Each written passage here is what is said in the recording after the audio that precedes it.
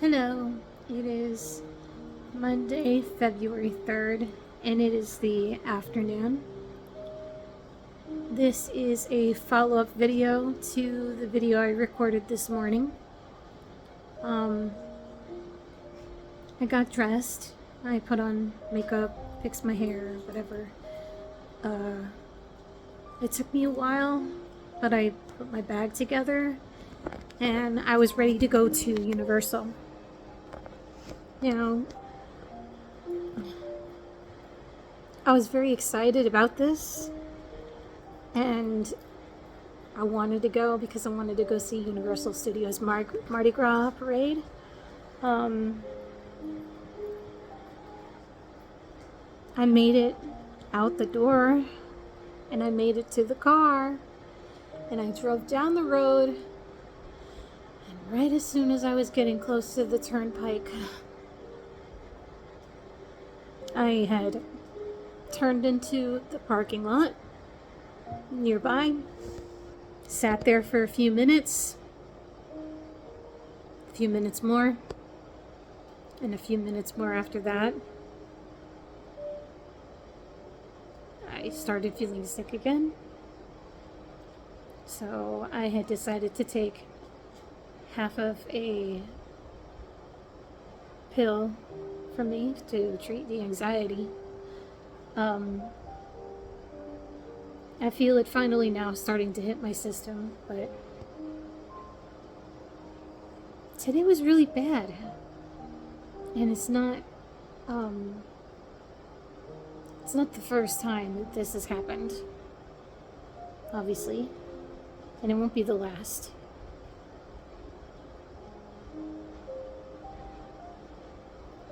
But if I were to just take a moment to look around at my surroundings, I see my 3 cats laying on the cat tree, and they look so peaceful.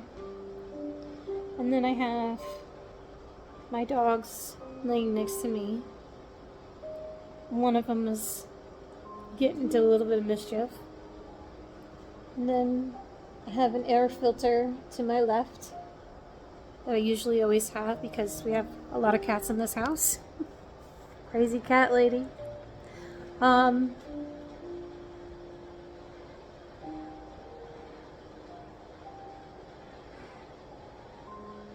think I'm ready to talk about my imaginary world. You can laugh all that you want, but no negative comments, please. Please. Alright, let's do this. Grab your coffee, your favorite drink. I'm gonna grab mine. I promise not to keep you too long.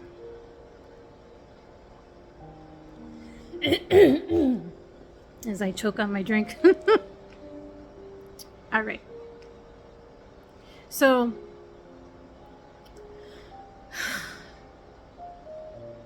ever since I was younger, we're talking really young,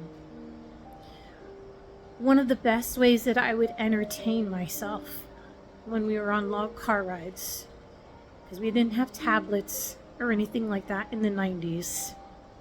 All we had was a cassette tape player, and I was lucky to even have that and use cheap ass headphones. So I would listen to my music in my car, and you know, we would listen to our music, and my mom or my dad, mostly my dad, would kind of turn around and get mad at me. Hey, what are you doing? I'd be spaced out, looking out the window, thinking about where I would be while I listened to the music. It started off with New Kids on the Block. We all know who they are, and if you don't, I feel sorry for you. To me, they are my original boy band. I fell in love with their music when I was really young, like 7 years old, and they were very smart with their fan base because they knew that as they were aging, their younger fan base was aging too. So they started coming out with toys to attract the younger, middle-aged kids so that they can continue growing their fan base. At least in my opinion, that's what it was. And I had a Jordan Knight doll, and it was my favorite. I said, the heck with Ken. It's gotta always be the Jordan Knight doll. And I would have these little mind scenarios where Barbie and Jordan would go. You know, would I change Barbie's name? What did I change Barbie's name to? Just randomly. My Barbie had a red Mustang. She had a big house. She had a backyard with a pool. You know, that fancy Barbie pool that you see in the movie, in the Barbie movie. Yeah, she had something like that, Barbie Dreamhouse pool. And you know, it really was. It was a dream. I guess that's why they did call it a dream house. But then something happened. As I got older, I stopped focusing on those things as much because I had other forms of entertainment. And then I became preoccupied with a lot of turmoil and a lot of troubles that was happening in my life, especially around the early 2000s with, you know, 9/11. And I'm from New Jersey originally. So my daydreams were not so good, and I didn't daydream as much as I wanted to. So the next thing that happened was, as I got older, I started getting into music once again, and it was Backstreet Boys. Dang, did I love the Backstreet Boys. And at some point, I used to love the band or group, 98 Degrees. I liked NSYNC, but it was kind of almost like Backstreet Boys versus NSYNC among my friends. So I was always a BSB chick, Backstreet Boys. So between New Kids on the Block and Backstreet Boys, those were my go-to all the time. And once again, same thing. I would listen to Backstreet Boys music, and I would dream about doing all kinds of fantasy things. Where I would go. What if I was older and could hang out with them? What would I say to them if I were to see them? You know, it was very normal. When I think of somebody who's a celebrity, I don't think them as like, oh, you're so untouchable. Mm-mm. If I were to meet them, they're a person just like me. And just because they have a popular role doesn't mean that they don't cry the same way that anybody else does. They work hard for what they do. They practice, they have rehearsals, you know, they do things that I can't even imagine. And they work hard at it. I mean, I can't imagine what it's like for somebody even like Taylor Swift to go on concert tour from here to there within a short amount of time. All the people that work with her, the people that do the stage lighting, the people that do her audio, people that do the catering, you know, for food, they gotta eat, all kinds of stuff. From keeping the place clean to everything. So I think about these people in my mind as not untouchable, but I think of them as somebody who I could definitely, I guess you could say, be friends with. And because of the fact that I see them as somebody that I could be friends with, in my mind, I almost become their friend. So here's where it gets a little weird. As I got older, into my mid-30s, I started to come across a new group, or a new genre of music, called K-pop. Korean pop music, various different types of groups, such as FX, Everglow, BTS, Monsta X, Stray Kids, and Blackpink, and quite a few others. Here's where I sigh out of nervousness because I know exactly what this means to me, because this is where it gets embarrassing, for me at least. I had imagined what it would be like to work with them, to have that busy lifestyle, because what I went to school for was workplace psychology. So I thought, when things get tough, when things get rough, I would be that person that could help them to work through their problems, because it's associated with working and their job and, working dynamically with one another. And I always thought, it would have been awesome to be able to be one of those persons and be honored to be one of those persons to provide them with that kind of support. And as much as the traveling would probably drive me nuts, I think if I put the other people first, it would be worth it. So my brain, in its own little world, would imagine that, and would imagine that I work with them.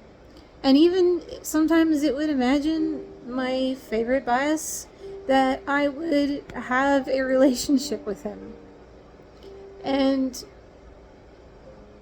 the person that I like, of course, we're close in age. So, and he's much taller than me based on the height records and stuff like that. But I laughed. I laughed at it. I laughed at what I was thinking, and I laughed at the type of lifestyle that I would have had, and, the stories and the dreams that I was having, and how they felt like so much better than reality, because I felt more like I had purpose other than doing the general day after day stuff that I'm doing now.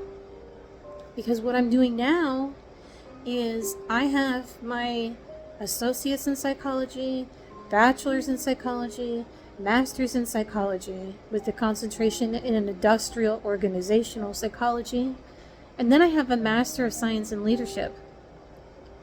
And then I have 3 years out of a 5-year program for a doctorate, PhD. I was about to attend my second residency when I was running out of funding, and I couldn't pay for school anymore. So, through the doctorate program, that is, I had to end it. So I did. It was getting really difficult, especially since it was online, regardless of me doing excellent with my classes. It was a lot. It really was. But anyway, with all of that behind my back, you would think that I would be, not $250,000 in student debt, working as a receptionist in one job to another, and always seeming to be struggling from many years ago to try and get her dream off the ground, whatever that dream could be, wherever I could go, whatever it is that I could get involved with. It's a way of saying that I wish I almost could have started a whole new life. And I kept telling myself, it's too late to go back. The only thing I can do is move forward. And I have to look at things logistically. Like, what do I have here in front of me? What do I have around me? Who do I have around me? What can I do with the time that I have left on this planet? And I said, my mind being so focused on living a life of fantasy, as much as it has been entertaining to me, it has been very addicting because of the places that I went and the things that I saw and the imaginary cities and the imaginary situations and how entertaining it all was, because it had good things and bad things in it. It was very story driven, and that's what I love about my mind, is that I have a very vivid and good imagination.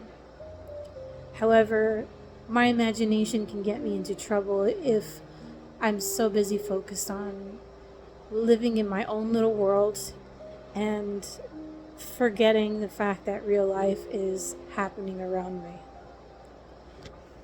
And that's where it becomes embarrassing.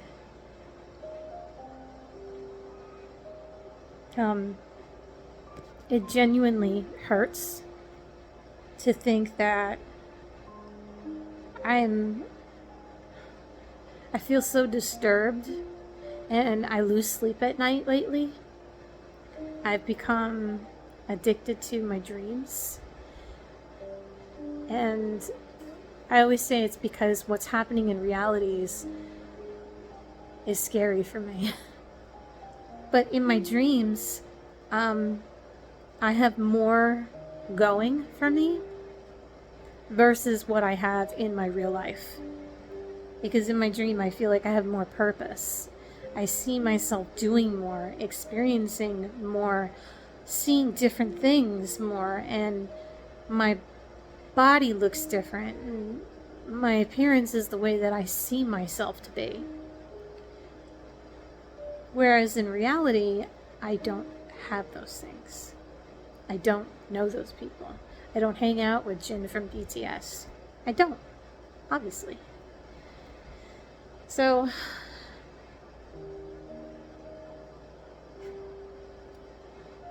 it's so funny.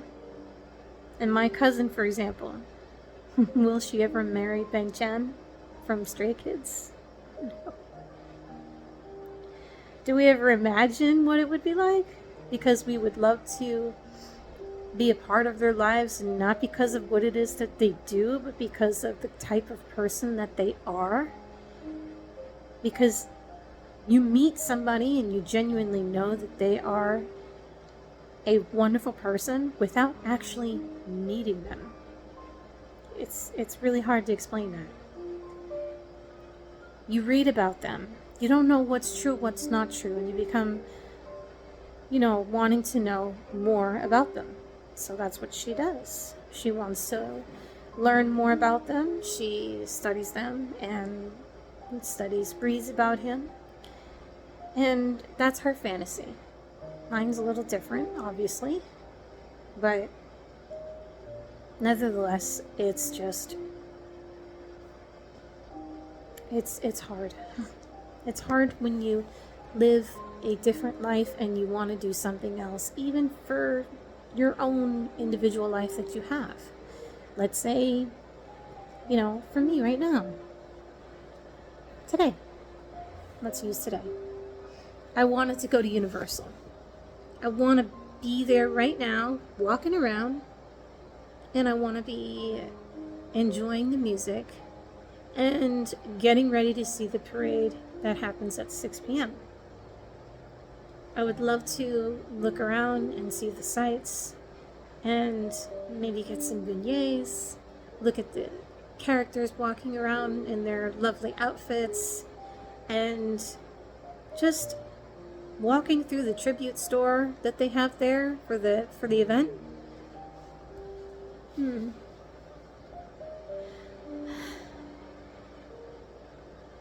But yet I couldn't even make it past my city limit. I stopped on the side of the road because my chest would not stop. I felt like as if all I wanted to do was just be dragged back into my imaginary world. I couldn't think. I felt stuck. I think I was just looking for comfort because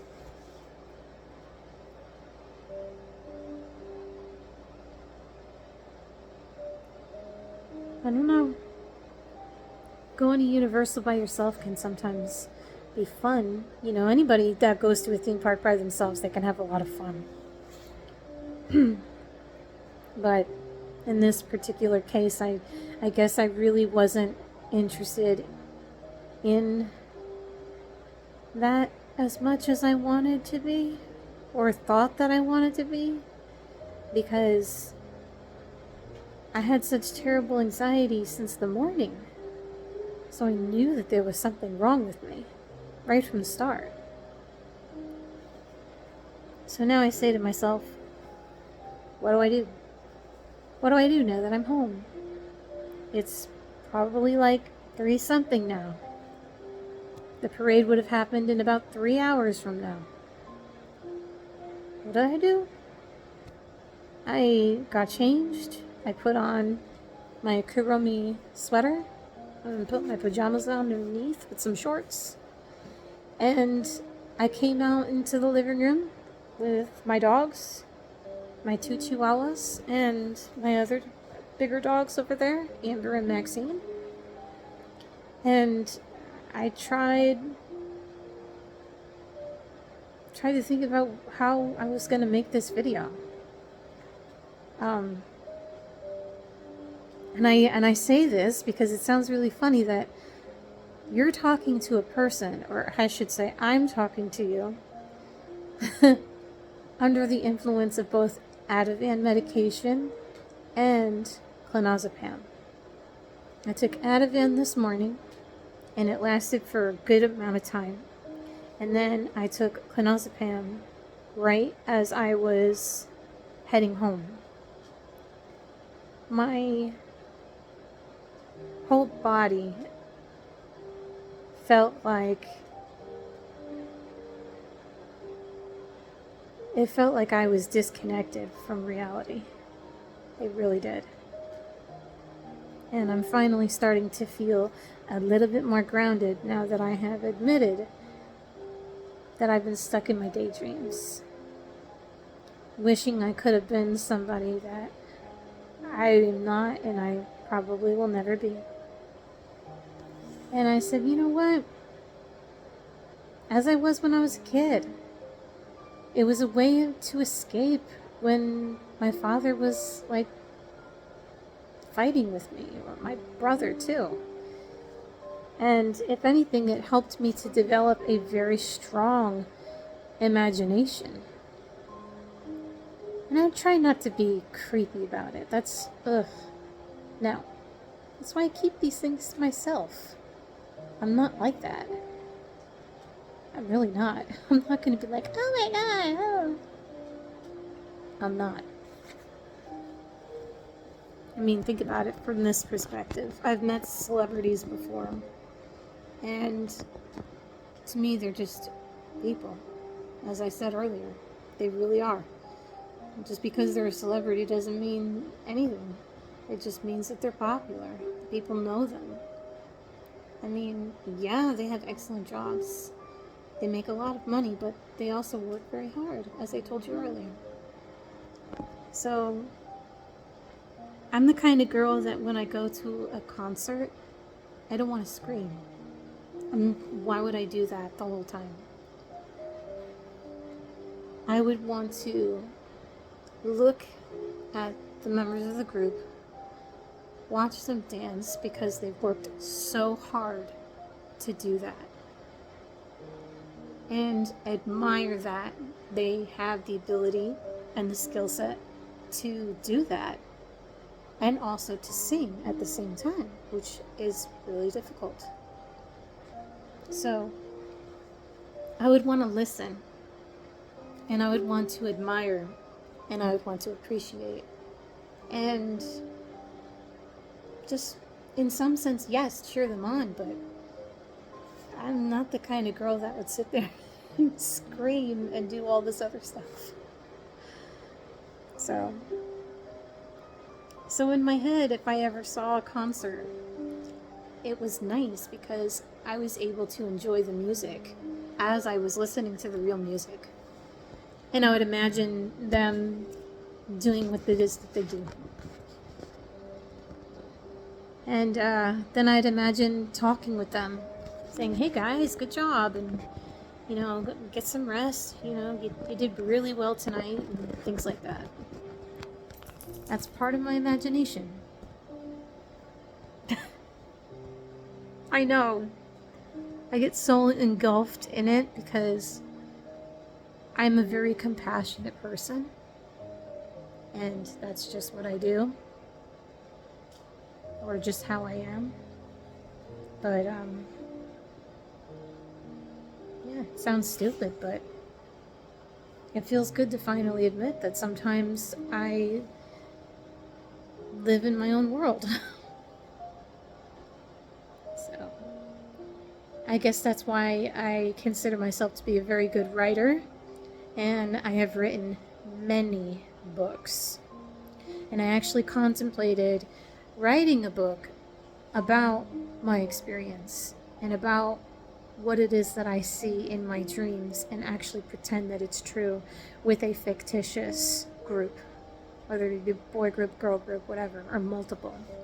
I would love to be able to do that, to see like an interaction with a person who is a fan, but someone who understands, and actually be able to communicate that and kind of portray a story based on her helping them along the way, or doing whatever she could for whoever along the way.